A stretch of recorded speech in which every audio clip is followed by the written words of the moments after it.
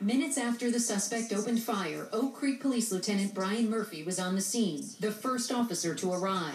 He immediately began tending to one of the victims on the ground in the parking lot, but before he knew it, the suspected shooter ambushed him. The individual walked around either the front of his squad or in that area and just was right on top of him. So he was kind of down in a fashion down, and he took rounds from a person standing up.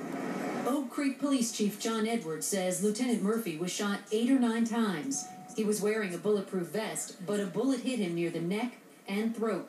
Luckily, most of the bullets passed through him, hitting only flesh, no critical arteries. While Officer Murphy lay bleeding, the other officers tried to secure the scene, unaware one of their own had been shot.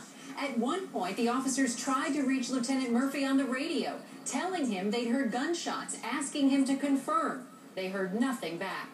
In his 21 years on the force, Lieutenant Murphy had never been shot before. The 51-year-old officer was recently married and has 2 stepchildren. He also has a daughter who lives in Korea, so it took some time to notify her about what happened.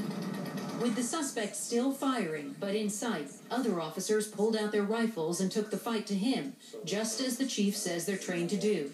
The suspect shot out a patrol car windshield, but after that, was shot and killed by one of the officers. The officer who took the suspect down is also a family man with a daughter. He's a trained marksman, similar to a sniper in the military.